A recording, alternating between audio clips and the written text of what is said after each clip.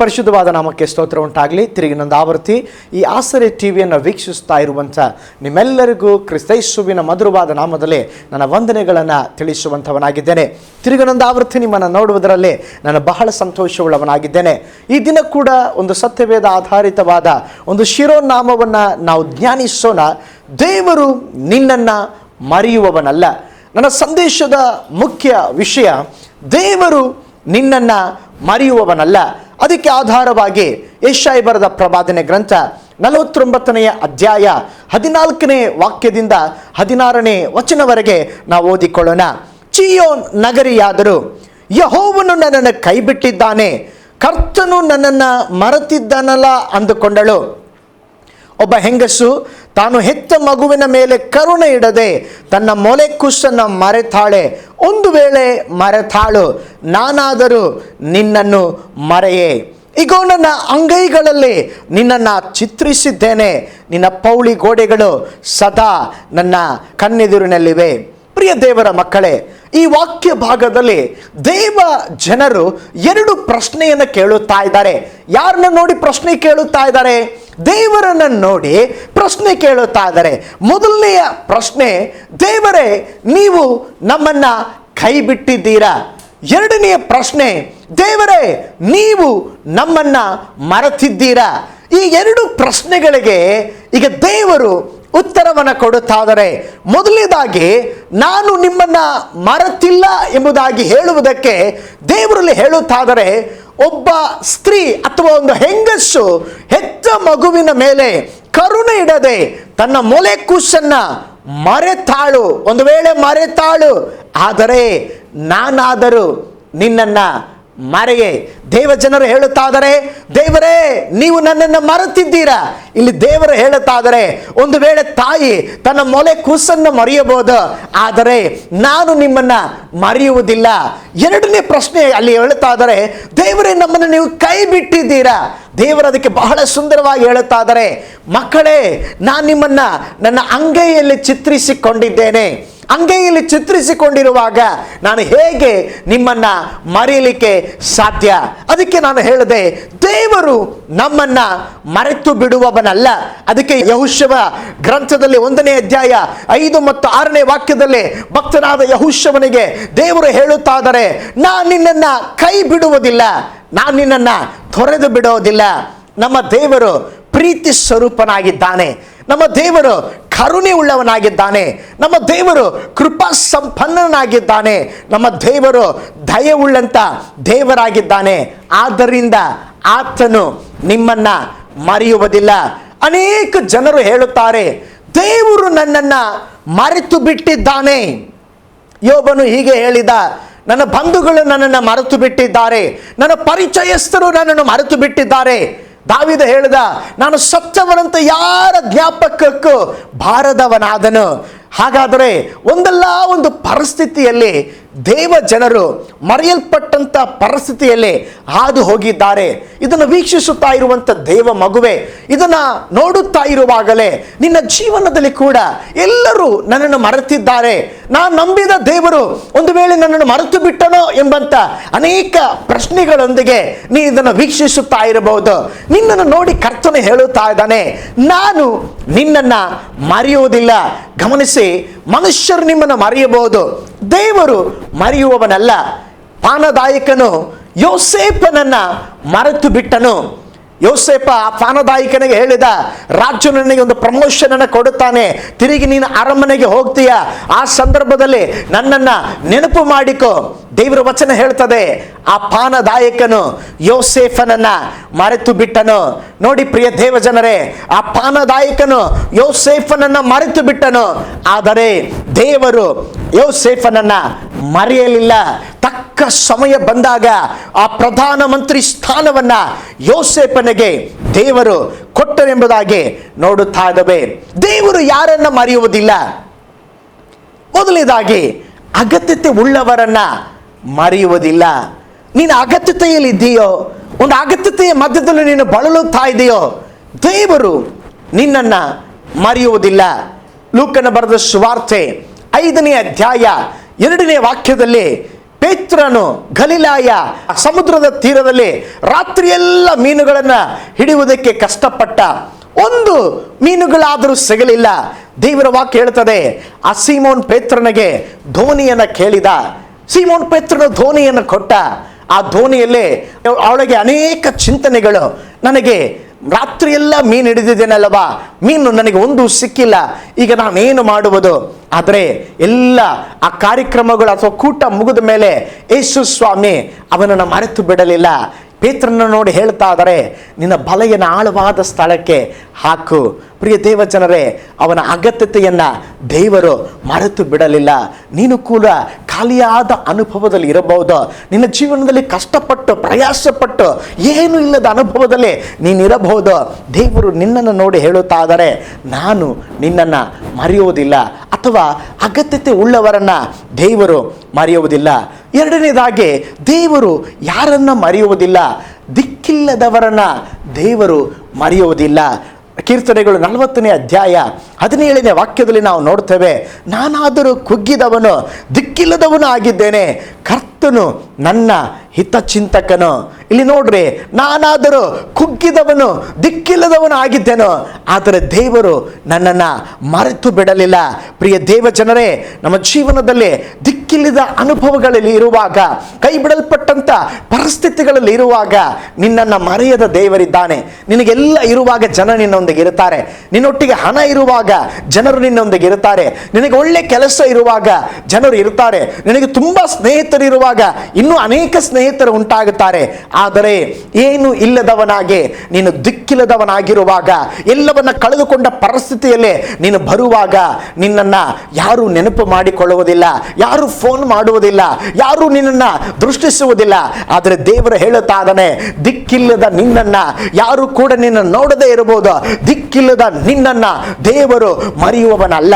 ದೇವರು ದಿಕ್ಕಿಲ್ಲದವರನ್ನ ಮರೆಯುವುದಿಲ್ಲ. ಗಮನಿಸಿ, ಕರ್ತನು ತೋಮನನ್ನ ಮರೆಯಲಿಲ್ಲ, ಶಿಷ್ಯರನ್ನ ಮರೆಯಲಿಲ್ಲ.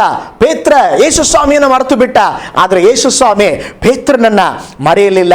ಪ್ರಿಯ ದೇವರ ಮಕ್ಕಳೇ, ದಿಕ್ಕಿಲ್ಲದವರನ್ನ ದೇವರು ಮರೆಯುವುದಿಲ್ಲ.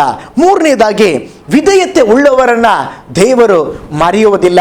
ಯಾರು ದೇವರಿಗೆ ವಿಧೇಯರಾಗುತ್ತಾರೋ, ದೇವರ ವಾಕ್ಯ ಹೇಳುತ್ತದೆ, ಇಡೀ ಪ್ರಪಂಚವನ್ನೇ ಜಲ ಪ್ರಳಯದಿಂದ ನಾಶ ಮಾಡಲಿಕ್ಕೆ ದೇವರು ಸಿದ್ಧನಾದಾಗ ನೋಹನನ್ನ ನೆನಪು ಮಾಡಿಕೊಂಡನು. ನೋಹನ ಕುಟುಂಬವನ್ನ ಮರೆತು ಬಿಡಲಿಲ್ಲ. ಆದಿಕಾಂಡ 7ನೇ ಅಧ್ಯಾಯ 1ನೇ ವಾಕ್ಯ ಗಮನಿಸಿ. ಹಾಗಾದರೆ ನಮ್ಮ ಜೀವನದಲ್ಲಿ ದೇವರಿಗೆ ವಿಧೇಯರಾಗುವಾಗ ದೇವರು ನಮ್ಮನ್ನ ಮರೆಯುವುದಿಲ್ಲ. ಅಬ್ರಹಾಮ ದೇವರಿಗೆ ವಿಧೇಯನಾದ, ದೇವರವನ್ನು ಮರೆಯಲಿಲ್ಲ. ಮರೆಯದೆ ಅವನಿಗೊಬ್ಬ ಮಗನನ್ನ ದೇವರು ಕೊಟ್ಟನೆಂಬುದಾಗಿ ನೋಡುತ್ತೇವೆ. ಪ್ರಿಯ ದೇವ ಜನರೇ, ನಮ್ಮ ದೇವರು ವಿಧೇಯತೆ ಉಳ್ಳವರನ್ನ ಆತನು ಮರೆಯುವುದಿಲ್ಲ. ನಾಲ್ಕನೇದಾಗಿ, ಪ್ರಾರ್ಥಿಸುವವರನ್ನ ದೇವರು ಮರೆಯುವುದಿಲ್ಲ. 1 ಸಾಮುವೇಲ 1ನೇ ಅಧ್ಯಾಯ 11ನೇ ವಾಕ್ಯದಲ್ಲಿ ಭಕ್ತಳಾದ ಹನ್ನಳು ಬಂದು ಪ್ರಾರ್ಥನೆ ಮಾಡುತ್ತಾ ಇದ್ದಾಳೆ. ಹನ್ನಳು ಆ ಪ್ರಾರ್ಥನೆ ಮಾಡಿದಾಗ ಆ ಪ್ರಾರ್ಥನೆಯನ್ನ ದೇವರು ಮರೆಯಲಿಲ್ಲ. ಆ ಪ್ರಾರ್ಥನೆಯನ್ನ ದೇವರು ತಿರಸ್ಕರಿಸಲಿಲ್ಲ. ಪ್ರಿಯ ದೇವರ ಮಗುವೆ, ನೀನು ಪ್ರಾರ್ಥಿಸುವುದಾದರೆ ದೇವರು ನಿನ್ನನ್ನು ಮರೆಯುವುದಿಲ್ಲ. ಒಂದು ವೇಳೆ ಅದು 1 ನಿಮಿಷದ ಪ್ರಾರ್ಥನೆಯಾಗಿರಬಹುದು, ಒಂದು ವೇಳೆ ಚಿಕ್ಕ ಪ್ರಾರ್ಥನೆಯಾಗಿರಬಹುದು. ಬಹಳ ವೇದನೆಯಿಂದ ನೀನು ಕೂಗಿಕೊಳ್ಳುವಾಗ ದೇವರು ನಿನ್ನನ್ನು ಮರೆಯುವುದಿಲ್ಲ. ಪ್ರಾರ್ಥಿಸುವವರನ್ನ ದೇವರು ಮರೆಯುವುದಿಲ್ಲ. ಪ್ರಿಯ ದೇವ ಜನರೇ, ಅಬ್ರಾಹಮನ ಪ್ರಾರ್ಥನೆಯನ್ನ ಕೇಳಿ ಲೋಟನನ್ನ ಮರೆಯದೆ ಅವನ ಕುಟುಂಬವನ್ನ ದೇವರು ರಕ್ಷಿಸಿದರು. ಹಾಗಾದರೆ ಪ್ರಾರ್ಥನೆ ಮಾಡುವವರನ್ನ ದೇವರು ಮರೆಯುವುದಿಲ್ಲ. 5ನೇದಾಗಿ, ಆತನನ್ನ ಹಿಂಬಾಲಿಸುವವರನ್ನ ದೇವರು ಮರೆಯುವುದಿಲ್ಲ. ನೀನು ಯೇಸುವನ್ನ ನಂಬಿ ಯೇಸುವನ್ನ ಹಿಂಬಾಲಿಸುವುದಕ್ಕೆ ತೀರ್ಮಾನವನ್ನು ತೆಗೆದುಕೊಂಡಿದ್ದೀಯೋ, ಹಾಗಾದರೆ ಆತನು ನಿನ್ನನ್ನ ಮರೆಯುವುದಿಲ್ಲ. ಕಾರಣ, ಆತನು ನಿನ್ನ ಕುರಿತಾಗಿ ನೆನೆಸುತ್ತಾನೆ, ಕಾಳಜಿ ವಹಿಸುತ್ತಾನೆ, ನಿನ್ನ ಕುರಿತಾಗಿ ಚಿಂತಿಸುತ್ತಾನೆ. ಆದ್ದರಿಂದ ನಿನ್ನನ್ನು ಮರೆಯುವುದಿಲ್ಲ. ಆ ಶಿಲುಬೆಯ ಪಕ್ಕದಲ್ಲಿ ಆ ಕಳ್ಳ ಹೇಳಿದ, ಕರ್ತನೇ, ನಿನ್ನ ಪರದೇಶದಲ್ಲಿ ನನ್ನನ್ನು ನೆನಪು ಮಾಡಿಕೊ. ದೇವರು ಅವನನ್ನು ಮರೆತು ಬಿಡಲಿಲ್ಲ. ಆ ದೇವರು ಅವನನ್ನು ನೆನಪು ಮಾಡಿಕೊಂಡನು. ಅದಕ್ಕೆ ದೇವರು ಹೇಳಿದನು, ಈ ಹೊತ್ತೆ ನನ್ನ ಸಂಗಡ ಪರದೇಶನಲ್ಲಿರುವೆಂಬುದಾಗಿ ದೇವರು ಅವನಿಗೆ ಹೇಳುತ್ತಾ ಇದ್ದಾರೆ. 6ನೇದಾಗಿ, ದೇವರು ಯಾರನ್ನ ಮರೆಯುವುದಿಲ್ಲ? ರೋಗಿಗಳನ್ನ ದೇವರು ಮರೆಯುವುದಿಲ್ಲ. ಬೆಥೆಸ್ದಾ ಕೊಳದಲ್ಲಿ 38 ವರ್ಷದ ರೋಗಿ. ಅವನ ವಯಸ್ಸು 38 ಅಲ್ಲ, ಅವನ ರೋಗಕ್ಕೆ ವರ್ಷ 38 ವರ್ಷಗಳು. ಜೀವನದ ಅರ್ಧ ಆಯುಷ್ಯಗಳು ರೋಗದಲ್ಲೇ ಕಳೆದಿದ್ದಾನೆ. ನಾನು ಎಣಿಸ್ತೇನೆ, ಆ 38 ವರ್ಷದ ಆ ರೋಗದ ಆ ಸಮಯದಲ್ಲಿ ಅವನ ಸ್ನೇಹಿತರು ಮರೆತರು, ಬಂಧು ಮಿತ್ರಾದಿಗಳು ಮರೆತರು, ಕುಟುಂಬದವರು ಮರೆತರು. ಆ ಯಹೂದ್ಯದ ಒಂದು ಜಾತ್ರೆ ಬಂದದ್ದರಿಂದ ಯೇಸು ಆ ಬೆಥೆಸ್ದಾ ಕೊಳದಲ್ಲಿ ಹತ್ತಿರಕ್ಕೆ ಹೋದಾಗ ಅವನನ್ನು ನೋಡಿದರು, ಅವನನ್ನು ಕಂಡರು. ಯೇಸು ಹೇಳುತ್ತಾ ಇದ್ದಾರೆ, ಇವನು ಹೀಗಾಗಿ ಬಹಳ ದಿನಗಳಾದವು, ಅವನ ಮೇಲೆ ಕನಿಕರವಿಟ್ಟರು. ಅದು ಮಾತ್ರವಲ್ಲ, ಅವನಿಗೆ 38 ವರ್ಷದಿಂದ ಬಾಧೆ ಪಡುತ್ತಾ ಇದ್ದಂತ ರೋಗದಿಂದ ದೇವರು ಬಿಡುಗಡೆಯನ್ನು ಕೊಟ್ಟರು. ಇದನ್ನು ವೀಕ್ಷಿಸುತ್ತಾ ಇರುವಂತ ದೇವರ ಮಗುವೆ, ನಿನ್ನ ಹಾಸಿಗೆಯಲ್ಲೇ ರೋಗದಲ್ಲಿ ನೀನು ಆಗಿರಬಹುದು, ಡಾಕ್ಟರಿಂದ ನೀನು ಕೈ ಬಿಡಲ್ಪಟ್ಟಿರಬಹುದು. ಎಲ್ಲರೂ ಡಾಕ್ಟರ್ ಕೂಡ ನನ್ನನ್ನು ಮರೆತಿದ್ದಾರೆ ಎಂಬಂತ ಅವಸ್ಥೆಗೆ ನೀನು ಬಂದಿರಬಹುದು. ನಿನ್ನನ್ನು ಮರೆಯದ ಒಬ್ಬ ದೇವರಿದ್ದಾನೆ. ನಿನ್ನ ರೋಗವನ್ನು ನೋಡಿ ಆತನು ಮರೆಯುವವನಲ್ಲ, ಮರೆಯದೆ ನಿನ್ನ ಬಳಿಯಲ್ಲಿ ಬಂದು ನಿನಗೆ ಸೌಖ್ಯ ಕೊಡುವಂತ ದೇವರು ನನ್ನ ದೇವರಾಗಿದ್ದಾನೆ. ಆದ್ದರಿಂದ ರೋಗದ ಅವಸ್ಥೆಯಲ್ಲಿರುವಂತ ನಿನ್ನನ್ನ ದೇವರು ಮರೆಯುವುದಿಲ್ಲ. ಏಳನೇದಾಗಿ, ದೇವರನ್ನ ಪ್ರೀತಿಸುವವರನ್ನ ದೇವರು ಒಂದು ಕಾಲಕ್ಕೂ ಮರೆಯುವುದಿಲ್ಲ. ಯಾರೆಲ್ಲ ದೇವರನ್ನ ಪ್ರೀತಿಸ್ತಾರೋ ಅವರನ್ನ ದೇವರು ಮರೆಯುವವನಲ್ಲ. ಬೆಥೆನಾ ಪಟ್ಟಣದಲ್ಲಿ ಒಂದು ಕುಟುಂಬ ಇದೆ, ಮಾರ್ಥ, ಮರಿಯಳು, ಲಾಜರ ಎಂಬಂತ ಕುಟುಂಬ. ಅವರು ಯೇಸುವನ್ನು ಬಹಳವಾಗಿ ಪ್ರೀತಿಸುತ್ತಾ ಇದ್ದರು. ಯೇಸು ಕೂಡ ಆ ಕುಟುಂಬವನ್ನ ಬಹಳವಾಗಿ ಪ್ರೀತಿಸುತ್ತಾ ಇದ್ದನು. ಆ ಪಟ್ಟಣದ ಹಾದಿಯಲ್ಲಿ ಹಾದು ಹೋಗುವಾಗ ಅವರ ಮನೆಯಲ್ಲೇ ಇದ್ದು ವಾಸ ಮಾಡಿ ಹೋಗುತ್ತಾ ಇದ್ದಂತ ಸ್ವಾಮಿ ಈ ಸಮಯದಲ್ಲಿ ಒಂದು ಸಾರಿ ಆ ಮಾರ್ಥಳ ಸಹೋದರನಾದಂತ ಲಾಜರನಿಗೆ ರೋಗಕ್ಕೆ ತುತ್ತಾದನು. ಆ ರೋಗ ಬೆಳೆಯುತ್ತಾ ಬಹಳ ಗಂಭೀರತೆ ಉಳ್ಳದಾಗಿ ಸೀರಿಯಸ್ ಕಂಡೀಷನ್ ಆಯಿತು. ಈಗ ಸಹೋದರಿಯರು ಯೇಸುವಿಗೆ ಸುದ್ದಿಯನ್ನು ಕೊಟ್ಟು ಕಳಿಸುತ್ತಾ ಇದ್ದಾರೆ, ಸ್ವಾಮಿ, ನನ್ನ ತಮ್ಮ ಬಹಳ ಸೀರಿಯಸ್ ಆಗಿದ್ದಾನೆ, ಅವನು ತೀರುವ ಸ್ಥಿತಿಯಲ್ಲಿದ್ದಾನೆ, ಬಂದು ಒಂದು ಅದ್ಭುತವನ್ನ ಮಾಡು. ದೇವರ ವಾಕ್ಯ ಹೇಳ್ತದೆ, ಯೇಸು ಕ್ರಿಸ್ತನು ಆ ಸಮಯದಲ್ಲಿ ಅವರ ಮನೆಗೆ ಹೋಗಲಿಲ್ಲ. ಬಹಳ ಸೀರಿಯಸ್ ಆದ ಕಂಡೀಷನ್, ಅವರ ಮನೆಗೆ ಹೋಗಲಿಲ್ಲ. ನಾನು ನೆನೆಸಿರುತ್ತೇನೆ, ಆ ಮಾರ್ಥ ಮರಿಯಳು ಯೇಸುವಿನ ಕುರಿತಾಗಿ ಹೀಗೆ ನೆನೆಸಿರುತ್ತಾರೆ, ದೇವರು ನಾವಿಷ್ಟೆಲ್ಲ ಪ್ರೀತಿಸಿದೆವು, ನಮ್ಮ ತಮ್ಮ ತುಂಬ ಸೀರಿಯಸ್ ಆಗಿದ್ದಾನೆ, ದೇವರು ನಮ್ಮನ್ನು ಮರೆತು ಬಿಟ್ಟನ? ಇಲ್ಲ ದೇವರ ಮಗುವೆ. ಹಾಗೆ ಆ ಸಂದರ್ಭವನ್ನು ನಾವು ಮುಂದಕ್ಕೆ ಹೋಗುವಾಗ 4 ದಿನಗಳ ತರುವಾಯ ಅವರನ್ನು ಹುಡುಕಿಕೊಂಡು ಯೇಸು ಬರುತ್ತಾದನೆ. ಆ ಬೆಥೆನಾ ಪಟ್ಟಣಕ್ಕೆ ಬರುತ್ತಾದನೆ. ಅವನನ್ನು ನೀವು ಎಲ್ಲಿ ಹೂನಿಟ್ಟಿರೆಂಬುದಾಗಿ ಹೇಳಿದರು, ಅದೇ ಸತ್ತು ಹೋದ ಲಾಜರನನ್ನ, ಕೊಳೆತು ವಾಸನೆ ಹೊಡಿತಾ ಇದ್ದಂತ ಲಾಜರನನ್ನ ದೇವರು ಲಾಜರನೇ ಹೊರಗಡೆ ಬಾ ಎಂಬುದಾಗಿ ಕರೆಯುತ್ತಾ ಇದ್ದಾರೆ. ನೋಡಿ, ನೀನು ದೇವರನ್ನ ಪ್ರೀತಿಸುವುದಾದರೆ ನಿನ್ನ ಸತ್ತ ಅವಸ್ಥೆಗಳಿಗೆ ಒಂದು ಜೀವ ಉಂಟಾಗುತ್ತೆ. ನೀನು ದೇವರನ್ನ ಹೆಚ್ಚಾಗಿ ಪ್ರೀತಿಸುವುದಾದ್ರೆ ದೇವರು ನಿನ್ನನ್ನು ಮರೆಯುವುದಿಲ್ಲ. ನೀನು ದೇವರನ್ನ ಪ್ರೀತಿಸುತ್ತಲೇ ಇರು. ಕೆಲವು ಸಾರಿ ಕಷ್ಟಗಳು ಬರಬಹುದು, ನಷ್ಟಗಳು ಬರಬಹುದು, ಕೈ ಬಿಡಲ್ಪಟ್ಟಂತ ಅನುಭವ ಬರಬಹುದು. ದೇವರು ನಿನ್ನನ್ನು ನೋಡಿ ಹೇಳುತ್ತಾ ಇದ್ದಾರೆ, ನೀನು ನನ್ನನ್ನು ಪ್ರೀತಿಸುವುದಾದರೆ ನಾನು ನಿನ್ನನ್ನು ಮರೆತು ಬಿಡುವುದಿಲ್ಲ. 8ನೇದಾಗಿ, ದೇವರು ಯಾರನ್ನ ಮರೆಯುವುದಿಲ್ಲ? ಕಣ್ಣೀರಿನಲ್ಲಿ ಇರುವವರನ್ನ ದೇವರು ಮರೆಯುವುದಿಲ್ಲ. ಹಾಗರಳು ಅಬ್ರಾಹ್ಮನನ್ನು ನಂಬಿದಳು. ಅದೇ ಅಬ್ರಾಹಮ ತಿತ್ತಿ ನೀರು ಬುತ್ತಿಯನ್ನು ಕೊಟ್ಟು ಕಳಿಸಿಬಿಟ್ಟ, ಅವಳನ್ನು ಮರೆತು ಬಿಟ್ಟ. ಆದರೆ ಸರ್ವಶಕ್ತನಾದ ದೇವರು, ಎಲ್ಲವನ್ನು ನೋಡುವಂಥ ಎಲ್ರೋಹಿ ದೇವರಾದ ದೇವರು ಹಾಗರಳನ್ನು ಮರೆಯಲಿಲ್ಲ. ಪ್ರಿಯ ದೇವ ಜನರೇ, ಕಣ್ಣೀರಿನಲ್ಲಿ ಇರುವವರನ್ನ ದೇವರು ಒಂದು ಕಾಲಕ್ಕೂ ಮರೆಯುವವನಲ್ಲ. ಇದನ್ನು ವೀಕ್ಷಿಸುತ್ತಾ ಇರುವಂಥ ಪ್ರಿಯ ವೀಕ್ಷಕರೇ, ನೀವು ಮಕ್ಕಳ ನಿಮಿತ್ತವಾಗಿ ನೀನು ಕಣ್ಣೀರಿನಲ್ಲಿದ್ದೀಯಾ? ನಿನ್ನ ಸಮಸ್ಯೆಯ ನಿಮಿತ್ತವಾಗಿ ನೀನು ಕಣ್ಣೀರಿನಲ್ಲಿದ್ದೀಯಾ? ನಿನ್ನ ತಪ್ಪುಗಳನ್ನು ಮಾಡಿಲ್ಲ, ನಿನ್ನ ವಿರುದ್ಧವಾಗಿ ನಿಂದ ಅಪಮಾನಗಳು ಬಂದಿದೆ, ನಿನ್ನ ಕಣ್ಣೀರಿನಲ್ಲಿ ಇದೆಯಾ? ಅಯ್ಯೋ, ನನ್ನನ್ನು ಎಲ್ಲರೂ ಮರೆತು ಬಿಟ್ಟಿದ್ದಾರೆ ಎಂಬಂತ ಪರಿಸ್ಥಿತಿಗೆ ಬಂದಿದೆಯಾ? ದೇವರು ನಿನ್ನನ್ನು ಮರೆಯುವುದಿಲ್ಲ. ಕಾರಣ, ಕಣ್ಣೀರು ಉಳ್ಳವರನ್ನ ಆತನು ಮರೆಯುವುದಿಲ್ಲ. ನಿನ್ನ ಕಣ್ಣೀರನ್ನ ಆತನು ತಿತ್ತಿಯಲ್ಲಿ ಶೇಖರಿಸುವಂತ ದೇವರಾಗಿದ್ದಾನೆ. ಆದ್ದರಿಂದ ನಿನ್ನನ್ನು ಮರೆಯುವುದಿಲ್ಲ. 9ನೇದಾಗಿ, ದೇವರನ್ನ ಹುಡುಕುವವರನ್ನ ದೇವರು ಮರೆಯುವುದಿಲ್ಲ. ಜಕ್ಕಾಯ ಯೇಸುವನ್ನು ನೋಡುವುದಕ್ಕೆ ಓಡಿ ಬರುತ್ತಾದನೆ. ಆ ಗುಂಪಿನ ನಿಮಿತ್ತ ನೋಡ್ಲಿಕ್ಕೆ ಆಗಲಿಲ್ಲ. ಅವನ ಆಲದ ಮರವನ್ನು ಹತ್ತಿದ. ಯೇಸು ಆಲದ ಮರದ ಕೆಳಗೆ ಬಂದಾಗ ಜಕ್ಕಾಯ ಯೇಸುವನ್ನು ನೋಡುವ ಮುಂಚೆ ಯೇಸು ಆ ಜಕ್ಕಾಯನನ್ನು ನೋಡಿ ಹೇಳುತ್ತಾದರೆ, ಜಕ್ಕಾಯನೇ, ಪಟ್ಟನೆ ಇಳಿದು ಬಾ. ಹಾಗಾದರೆ ಏನು? ಯಾರು ಯೇಸುವನ್ನು ಹುಡುಕುತ್ತಾರೋ, ಯಾರು ಯೇಸುವನ್ನು ಹುಡುಕುತ್ತಾ ದಾಹದಿಂದ ಬರುತ್ತಾರೋ ಅವರನ್ನು ಮರೆಯದೆ ಅವರ ಹೆಸರು ಹಿಡಿದು ಕರೆಯುವಂಥ ದೇವರು ನನ್ನ ದೇವರಾಗಿದ್ದಾನೆ. 10ನೇದಾಗಿ, ದೇವರ ವಾಕ್ಯವನ್ನು ಕೈಗೊಂಡು ನಡೆಯುವವರನ್ನು ದೇವರು ಮರೆಯುವುದಿಲ್ಲ. ಹೌದು, ನಿನ್ನ ವಚನಗಳನ್ನು ಕೈಗೊಂಡು ನಡೆಯುವುದಾದರೆ, ನಿನ್ನ ವಾಕ್ಯಗಳನ್ನು ಶ್ರದ್ಧೆಯಿಂದ ಕೇಳಿ ಅದರ ಪ್ರಕಾರ ನಡೆಯುವುದಾದರೆ ದೇವರು ನಿಮ್ಮನ್ನು ಮರೆಯುವುದಿಲ್ಲ. ನಿನ್ನ ವಾಕ್ಯವನ್ನು ಹಿಡಿಯುವುದಾದರೆ ಆ ವಾಕ್ಯವು ನಿನ್ನನ್ನು ಮರೆಯದೆ ನಡೆಸುವಂಥದ್ದಾಗಿದೆ. ಹಾಗಾದರೆ ಪ್ರಿಯ ದೇವ ಮಗುವೆ, ನನಗೆ ಹೇಳಲಿಕ್ಕೆ ಒಂದೇ ಒಂದು ಸಂದೇಶ ಇದೆ. ದೇವರು ನಿನ್ನನ್ನು ಮರೆಯುವವನಲ್ಲ. ದೇವರು ನಿನ್ನ ಕುರಿತು ಮರೆತು ಬಿಡುವವನಲ್ಲ. ನನ್ನ ದೇವರು ಮರೆಯದೆ ನಿನ್ನ ಜೀವನದಲ್ಲಿ ಎಲ್ಲ ಕಾರ್ಯಗಳ ಮಧ್ಯದಲ್ಲಿ ದೇವರು ಅದ್ಭುತವನ್ನು ಮಾಡುವ ದೇವರು. ಈಗಾಗಲೇ ನಾನು ಹೇಳಿದೆ, ದೇವರು ಯಾರನ್ನು ಮರೆಯುವುದಿಲ್ಲ. ಅಗತ್ಯತೆ ಉಳ್ಳವರ ಆಗಿರುವಂಥ ಮೊದಲನೇದಾಗಿ ಅಗತ್ಯತೆ ಉಳ್ಳವರನ್ನು ಮರೆಯುವುದಿಲ್ಲ. ಎರಡನೇದಾಗಿ ದಿಕ್ಕಿಲ್ಲದವರನ್ನು ಮರೆಯುವುದಿಲ್ಲ. ಮೂರನೇದಾಗಿ ವಿಧೇಯತೆ ಉಳ್ಳವರನ್ನು ದೇವರು ಮರೆಯುವುದಿಲ್ಲ. ನಾಲ್ಕನೇದಾಗಿ ಪ್ರಾರ್ಥಿಸುವವರನ್ನು ದೇವರು ಮರೆಯುವುದಿಲ್ಲ. ಐದನೇದಾಗಿ ಆತನ ಹಿಂಬಾಲಿಸುವವರನ್ನು ದೇವರು ಮರೆಯುವುದಿಲ್ಲ. ಆರನೇದಾಗಿ ರೋಗಿಗಳನ್ನು ಮರೆಯುವುದಿಲ್ಲ. ಏಳನೇದಾಗಿ ದೇವರ ಪ್ರೀತಿಸುವವರನ್ನು ದೇವರು ಮರೆಯುವುದಿಲ್ಲ. ಎಂಟನೇದಾಗಿ ಕಣ್ಣೀರಿನಲ್ಲಿ ಇರುವವರನ್ನು ದೇವರು ಮರೆಯುವುದಿಲ್ಲ. ಒಂಬತ್ತನೇದಾಗಿ ದೇವರನ್ನು ಹುಡುಕುವಂಥವರನ್ನು ದೇವರು ಮರೆಯುವುದಿಲ್ಲ. 10ನೇದಾಗಿ ದೇವರ ವಾಕ್ಯವನ್ನು ಕೈಗೊಂಡು ನಡೆಯುವವರನ್ನು ದೇವರು ಮರೆಯುವುದಿಲ್ಲ.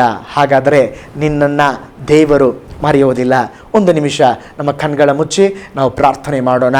ಪರಲೋಕದಲ್ಲಿ ವಾಸ ಮಾಡುವ ನಮ್ಮ ತಂದೆಯಾದ ದೇವರೇ, ನಮಗೆ ಕೊಟ್ಟಂಥ ನಿರೀಕ್ಷೆಗಾಗಿ ಸ್ತೋತ್ರ, ನಮಗೆ ಕೊಟ್ಟಂಥ ಭರವಸೆಗಾಗಿ ಸ್ತೋತ್ರ. ನೀನು ದೇವರೇ ನಮ್ಮನ್ನು ಮರೆಯುವವನಲ್ಲ ಸ್ವಾಮಿ. ಹೌದು ಸ್ವಾಮಿ, ಒಂದು ವೇಳೆ ನಮ್ಮ ತಂದೆ ತಾಯಿಗಳು ನಮ್ಮನ್ನು ಮರೆತು ಬಿಡಬಹುದು, ಸ್ನೇಹಿತರು ಮರೆತು ಬಿಡಬಹುದು ದೇವರೇ, ನಾವು ನಂಬಿದಂಥ ಕಂಪನಿ, ನಂಬಿದಂಥ ಜನರು ನಮ್ಮನ್ನು ಮರೆತು ಬಿಡಬಹುದು. ಆದರೆ ನೀನು ನಮ್ಮನ್ನು ಮರೆಯುವವನಲ್ಲ. ಕರ್ತನೆ, ನೀವು ಹೇಳಿದ್ದೀರಾ ದೇವರೇ, ಅನೇಕ ಸಾರಿ ನಾವು ನಿಮ್ಮ ಬಳಿಯಲ್ಲಿ ಪ್ರಶ್ನೆ ಕೇಳಿದ್ದೇವೆ. ದೇವರೇ, ನೀವು ನಮ್ಮನ್ನು ಮರೆತು ಬಿಟ್ಟಿದ್ದೀರಾ. ನೀವು ನಮಗೆ ಹೇಳಿದ್ದೀರಾ ಸ್ವಾಮಿ, ಹೆತ್ತ ತಾಯಿ ತನ್ನ ಕೂಸನ್ನು ಮರೆತರೂ ಮರೀತಾಳೆ, ಆದರೆ ನಾನು ನಿಮ್ಮನ್ನು ಮರೆಯುವುದಿಲ್ಲ. ಕರ್ತನೆ, ನಿನ್ನ ವಾಗ್ದಾನಕ್ಕಾಗಿ ಸ್ತೋತ್ರ. ದೇವರೇ, ಇದನ್ನು ವೀಕ್ಷಿಸುತ್ತಾ ಇರುವಂಥ ದೇವರ ಮಕ್ಕಳು ಕೂಡ ಯಾರಾದರೂ ಅಗತ್ಯದಲ್ಲಿ ಇರೋದಾದರೆ, ದಿಕ್ಕಿಲ್ಲದವರಾಗಿರುವುದಾದರೆ, ರೋಗಿಗಳಾಗಿರುವುದಾದರೆ, ಅದು ಮಾತ್ರವಲ್ಲ ಸ್ವಾಮಿ ದೇವರೇ ಸ್ತೋತ್ರ, ದೇವರೇ ಸ್ತೋತ್ರ, ಕಣ್ಣೀರಿನ ಅನುಭವದಲ್ಲಿ ಇರೋದಾದರೆ ಅವರನ್ನು ಮರೆಯದೆ ಅವರ ಜೀವಿತದಲ್ಲಿ ಒಂದು ಅದ್ಭುತವನ್ನು ಮಾಡ್ರಿ ಎಂಬುದಾಗಿ ನಾವು ಪ್ರಾರ್ಥಿಸ್ತಾ ಇದ್ದೇವೆ. ಇದನ್ನು ವೀಕ್ಷಿಸುವಂತ ಒಂದೊಂದು ಕುಟುಂಬಗಳಲ್ಲಿ ಒಬ್ಬೊಬ್ಬರ ಜೀವನದಲ್ಲಿ ಯೇಸು ಕ್ರಿಸ್ತನ ನಾಮದಲ್ಲಿ ಒಂದು ಅದ್ಭುತ ಸಂಭವಿಸಲಿ ಎಂಬುದಾಗಿ ನಾವು ಪ್ರಾರ್ಥಿಸ್ತೇವೆ. ರಾಜ ದೇವರೇ, ನೀನೇ ನಿನ್ನ ಮಕ್ಕಳನ್ನ ಆಳ್ವಿಕೆ ಮಾಡು ಸ್ವಾಮಿ. ನಿನ್ನ ನಾಮ ಮಹಿಮೆ ಉಂಟಾಗಲಿ. ದೇವರೇ, ನಮ್ಮ ಪ್ರಾರ್ಥನೆ ಕೇಳಿದ್ದಕ್ಕಾಗಿ ಸ್ತೋತ್ರ, ಯೇಸುವಿನ ಹೆಸರಿನಲ್ಲಿ ತಂದೆಯೇ, amen, amen. Praise the Lord. ಆಸರಟ್ಟಿಯನ್ನು ವೀಕ್ಷಿಸಿದಂಥ ನಿಮ್ಮೆಲ್ಲರನ್ನ ದೇವರು ಧಾರಾಳವಾಗಿ ಆಶೀರ್ವಾದ ಮಾಡಲಿ. ನೀವು ವೀಕ್ಷಿಸ್ರಿ, ಇತರರಿಗೂ ತಿಳಿಸಿರಿ. ದೇವರು ನಿಮ್ಮನ್ನು ಧಾರಾಳವಾಗಿ ಆಶೀರ್ವಾದ ಮಾಡಲಿ. ಮೈ ಗಾಡ್ ಬ್ಲೆಸ್ ಯು.